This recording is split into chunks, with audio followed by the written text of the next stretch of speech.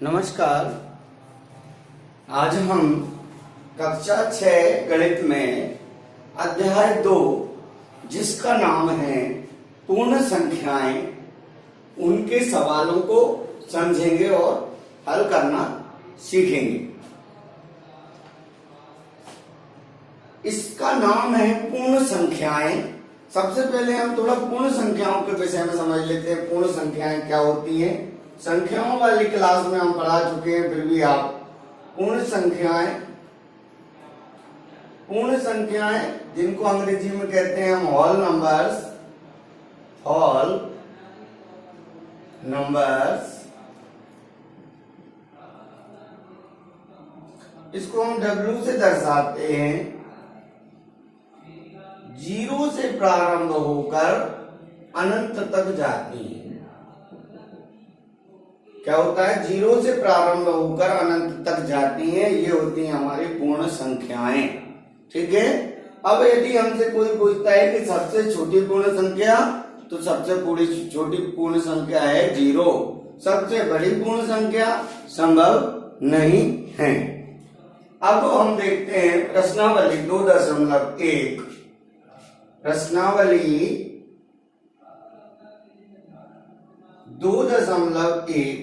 2.1 में देखिएगा आप,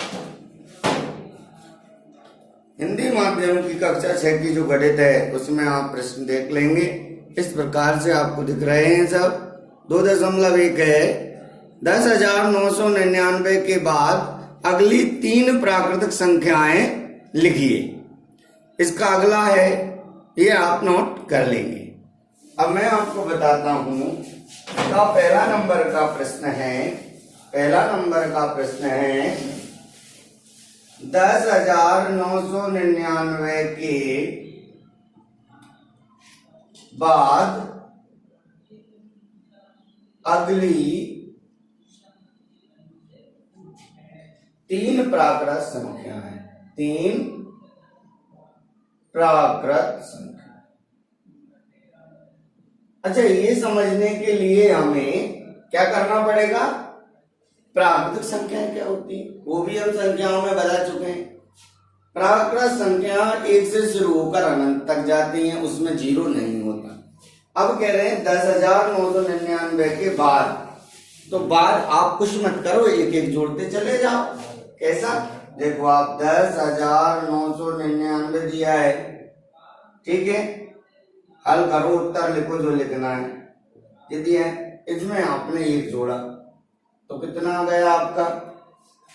कितना गया? 10,999 में एक जोड़ देंगे तो 11,000। कितना आ जाएगा? 11,000 आ गया। अब आपको 11,000 में एक और जोड़ देंगे। क्या करेंगे? 10,999 में एक जोड़ा तो 11,000 आ गए। 10,999 में 2 जोड़ा तो कितना आ गए? 11,000 और 1 आ गया। ठीक है। फिर 10,999 में 3 जोड़ेंगे तो कितना आ जाएगा? 11,002 आ जाएगा। इस प्रकार हम कह सकते हैं कि 10,999 के बाद अगली 3 क्रमागत संख्याएं 11,000, 11,001 और 11,002 होंगी। ठीक है। इस प्रकार हमारा पहला क्वेश्चन कंप्लीट हो जाएगा। इसको नोट कर लें। अब अगला इसी का कहते हैं, ये दूसरा प्रश्न जो है वह है 10,001 से ठीक पहले। अब क्या कह रहे थे? बाद। क्या कह रहे थे? अगली, आगे आने वाले। अब कह रहे हैं ठीक पहले। दूसरा प्रश्न देखिएगा, प्रश्न क्रमांक 2 है 10,001 से ठीक पहले वाली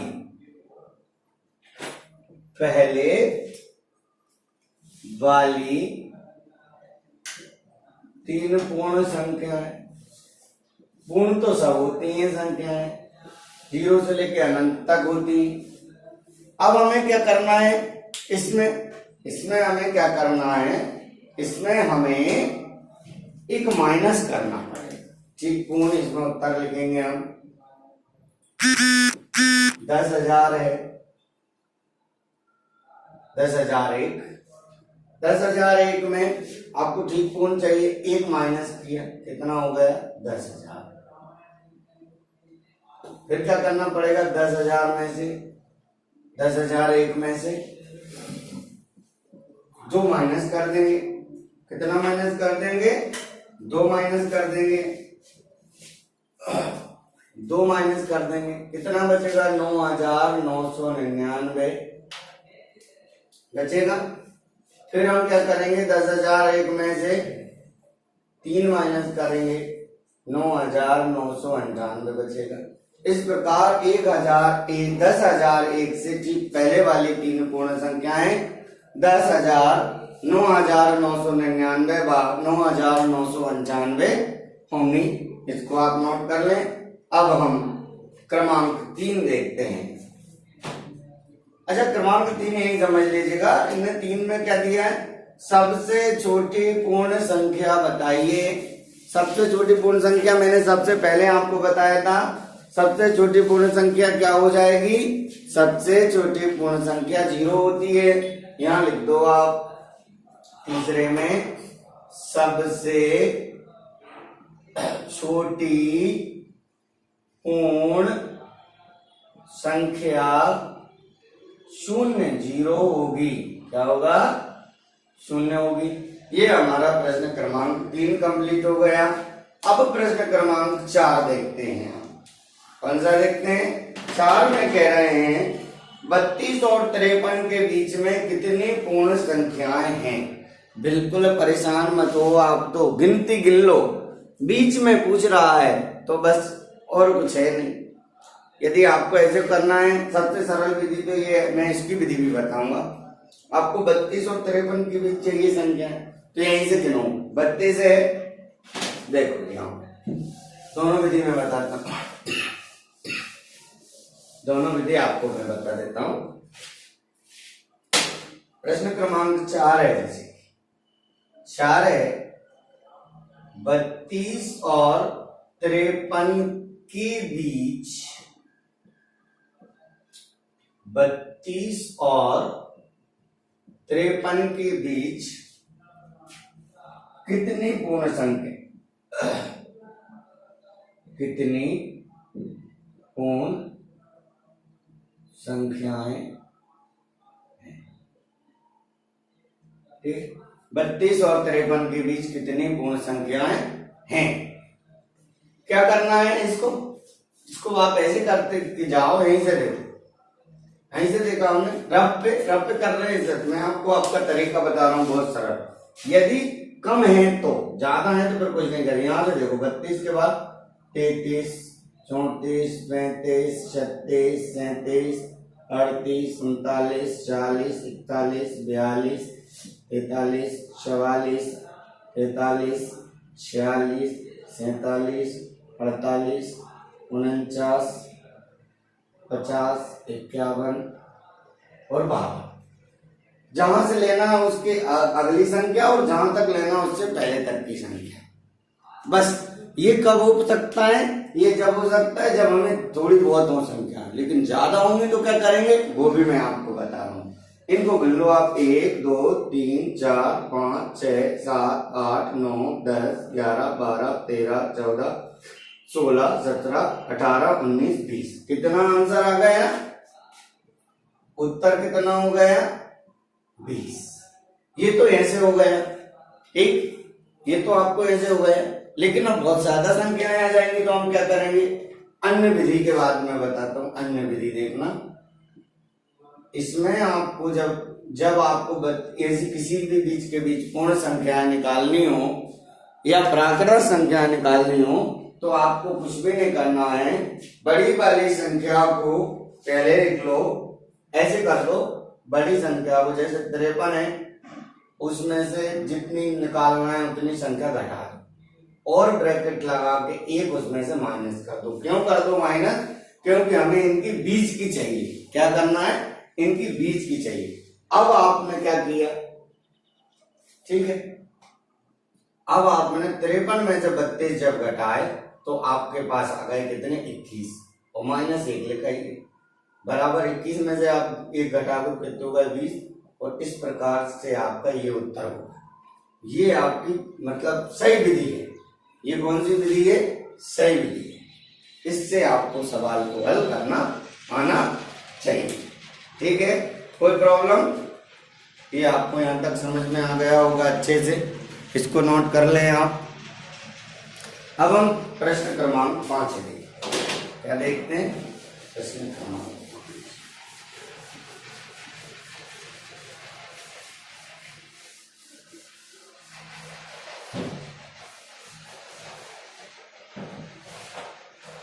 प्रश्न क्रमांक 5 में है, निम्न के परवर्ती लिखिए। क्या लिखना, निम्न के परवर्ती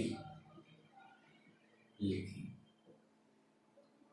परवर्ती में क्या करते हैं, आगे वाली संख्या लिखते हैं। क्या लिखते हैं, परवर्ती में क्या करते हैं, यहां समझ लीजिएगा। जैसे पहला सवाल है, पहला दिया है इनमें 24 इकाई, दहाई, सैकड़ा, हजार, 10,000, लाख, 10 लाख, 24,40,701, 24,40,701।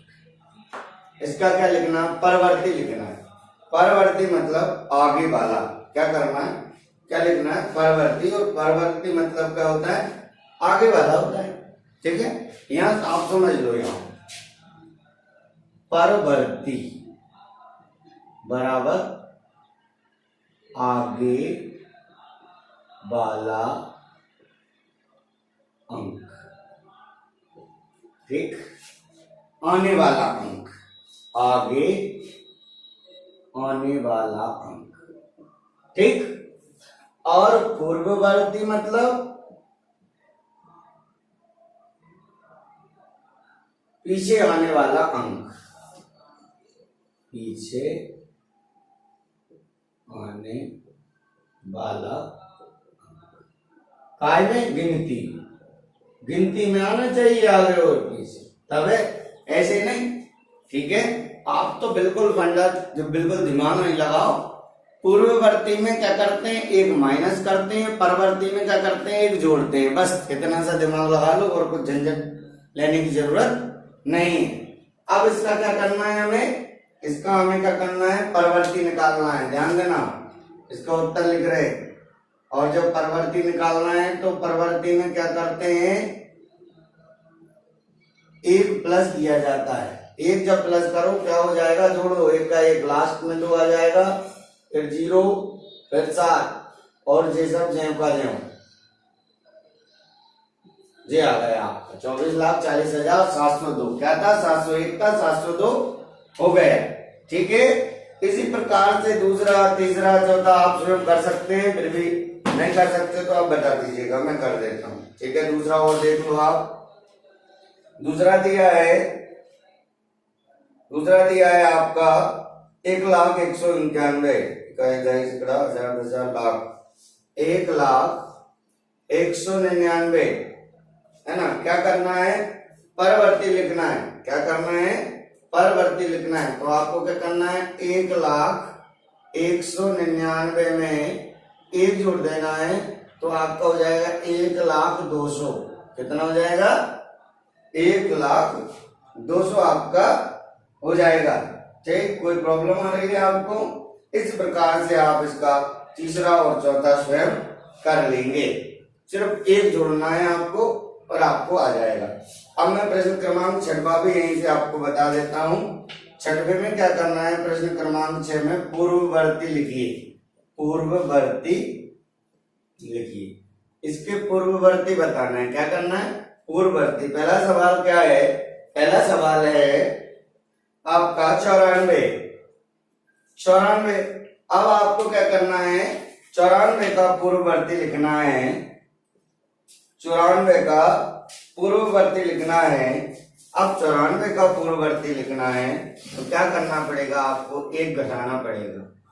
कितना आ जाएगा, 93 और यही हमारा ये आंसर हो जाएगा। ठीक है, इसी का अगला एक और है 1000 10,000 सॉरी कितना दिया है दूसरे में 10,000 दिया है। ठीक, कोई प्रॉब्लम नहीं है सर प्रॉब्लम। अब हमने क्या किया 10,000 माइनस 1 बराबर कितना हो जाएगा 9,999। बस इसी प्रकार से आप इसके आगे के जो प्रश्न हैं उनको हल कर सकते हो। ठीक है, आप लोगों को समझ में आ गया होगा। ठीक है, आइए अब हम आगे चलते हैं प्रश्न क्रमांक 7 की ओर। अब हम कौन सा प्रश्न हल करेंगे? प्रश्न क्रमांक 7। प्रश्न क्रमांक 7 है। प्रश्न क्रमांक 7 कह रहा है ऐसा चिन्ह है, ऐसा है और ऐसा है, इनका उपयोग करना है। क्या करना है? इनका प्रयोग करना है। प्रश्न क्रमांक 7 में आपको इन चिन्ह का उपयोग करना है। ठीक है, पहले आप इन चिन्ह का मतलब समझ लीजिएगा। जैसे मान लीजिएगा ये इस प्रकार का चिन्ह है, ये जिस साइड रहेगा संख्या साइड वह होता है आपका छोटा है। क्या है? छोटा है। यदि इसी को हम ऐसा कर देते हैं तो ये हो जाता है आपका बड़ा है। क्या लिखते हैं? और ये आपका बराबर है। कोई भी संख्याओं को बताने के लिए हमें ये बताना पड़ता है ये छोटा है, ये बड़ा है या बराबर है। ये प्रश्न क्रमांक 7 है। अब 7 में ए वाला भाग दिया है, ए वाला भाग दिया है आपका ए नंबर में, ये दिया है आपका 530 और 503। ठीक है, समझ पा रहे हैं आप? अब आपने यहाँ 503 और 530 और बीच में जगह छोड़ दी और 503 लिख दी। अब आप ये बताओ कि 503 बड़े होते हैं कि 530 बड़े होते हैं? अच्छा, 3 बड़े होते हैं, 30 बड़े होते हैं? 30 ज्यादा होते हैं ना। जो ज्यादा होगा उसके तरफ आपको चिन्ह लगाना है। कौन सा? बड़ा वाला, इस टाइप। तो ये लगाना। उपयोग कहां से करना है? इससे, इससे या इससे। ठीक है, इन तीनों में से आपको उपयोग करके एक चिन्ह का उपयोग करना है। ये आपका ए वाला हो गया। इसी प्रकार मैं आपको बी वाला और बताता हूं। बी वाला दिया है 370 और 360। क्या दिया है? 370 और 360 सेम है। आपको क्या करना है? इसमें चिन्ह लगाना है। कैसा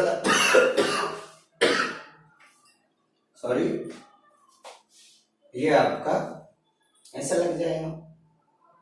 ठीक है, इसके आगे आपका दिया है सी वाला। देख लें आप, सी वाला क्वेश्चन दिया है आपका 98,765। कितना दिया है? 98,765 और उसके आगे क्या लिया है? 56,789। ठीक, 56,789। अब 98,000 बड़ा है कि 56,000 बड़ा है? बड़ा तो 98,000 ही है ना। जब बड़ा 98,000 है तो आपको क्या करना है? अब ऐसे ही अगला है तो 98,000 है और 1,00,000 है, यानी 9,83,000 और इसमें 10,02,000 23,000। तो 10,00,000 बड़ा कि 9,00,000? 10,00,000 बड़ा। तो इसको जस्ट उल्टा लगा देना, मतलब ऐसे लगा देना। उसमें कैसे लगा देना? ऐसे लगा देना। इसमें कोई बराबर था ही नहीं तो नहीं लगाया। अब आपको प्रश्न क्रमांक 8 में सत्य असत्य बस करना है। तो मैं आपको सत्य असत्य बस ऐसे बुक में ही बता देता हूं, आपको पढ़ने से समझ में आ जाएंगे। ठीक है, जैसे पहला है शून्य सबसे छोटी प्राकृत संख्या है? नहीं है। क्यों नहीं है? क्योंकि शून्य जो है वो प्राकृतिक संख्या होती ही नहीं है, इसलिए आप यहाँ पे क्रॉस लगा देंगे या असत्य लिख देंगे। क्या लिख देंगे? असत्य लिख देंगे या क्रॉस लगा देंगे। अब 400 संख्या 399 का पूर्ववर्ती है। 400 संख्या 399 का पूर्ववर्ती नहीं है। पूर्ववर्ती में क्या होता है? कम होता है। और ये क्या है? बड़ी है। तो इसको भी क्या लिख देंगे? असत्य लिख देंगे हम। शून्य सबसे छोटी पूर्ण संख्या है। हाँ, हमने अभी सीखा है शून्य सबसे छोटी पूर्ण संख्या है। तो हम क्या कर देंगे? हम उसको सत्य होगा। इसके बाद ये 600 संख्या 599 का परवर्ती है, ये आपका क्या हो जाएगा, सत्य। हाँ बड़ी है, परवर्ती है, होना चाहिए। सभी प्राकृतिक संख्याएं पूर्ण संख्याएं होती हैं, ये भी सत्य है। जितनी भी प्राकृतिक संख्याएं होती हैं सभी क्या होती हैं, पूर्ण संख्याएं होती हैं। अब 2 अंकों की पूर्ण संख्या का पूर्ववर्ती 1 अंक की संख्या कभी नहीं हो सकती, ये हमारा क्या हो जाएगा, ये हमारा असत्य हो जाएगा। सभी पूर्ण संख्याएं प्राकृत हैं, सभी पूर्ण संख्याएं प्राकृत नहीं है, क्योंकि शून्य होता है और वो इसलिए ये लगेंगे हम, असत्य हो जाएगा आपका। अब जी नंबर का है, जी वाला ये है 2 अंकों की पूर्ण संख्या पूर्ववर्ती 1 संख्या की संख्या कभी नहीं हो सकती, इसमें हम लिख देंगे हाँ असत्य है, ये हो सकती है नहीं भी हो सकती। अब एक सबसे छोटी पूर्ण संख्या एक भी असत्य है, सबसे छोटी पूर्ण संख्या क्या है, 0 है, इसलिए असत्य हो जाएगा। अब प्राकृतिक संख्या 1 का कोई पूर्ववर्ती नहीं होता, प्राकृतिक संख्या 1 का कोई पूर्ववर्ती नहीं होता, हाँ कह सकते हैं नहीं होता, सत्य। फिर है आपका पूर्ण संख्या 1 का कोई पूर्ववर्ती नहीं होता, ये आपका असत्य है, ये होता है। प्राकृतिक संख्या में 1 का पूर्ववर्ती इसलिए नहीं होता क्योंकि प्राकृतिक संख्या में 0 होता नहीं है और 1 में 0 होता है, इसलिए ये समझने की बात। पूर्ण संख्या 13 संख्याओं 11 और 12 के बीच में स्थित है, तो हम क्या लिख देंगे, आपका पूर्ण संख्या 13 11 12 11 और 12 के बीच में स्थित कहाँ है, नहीं है, 13 तो 11 और 12 के बाद आएगी ना। पूर्ण संख्या 0 का कोई पूर्ववर्ती नहीं होता, सत्य है, ये भी बात सत्य है।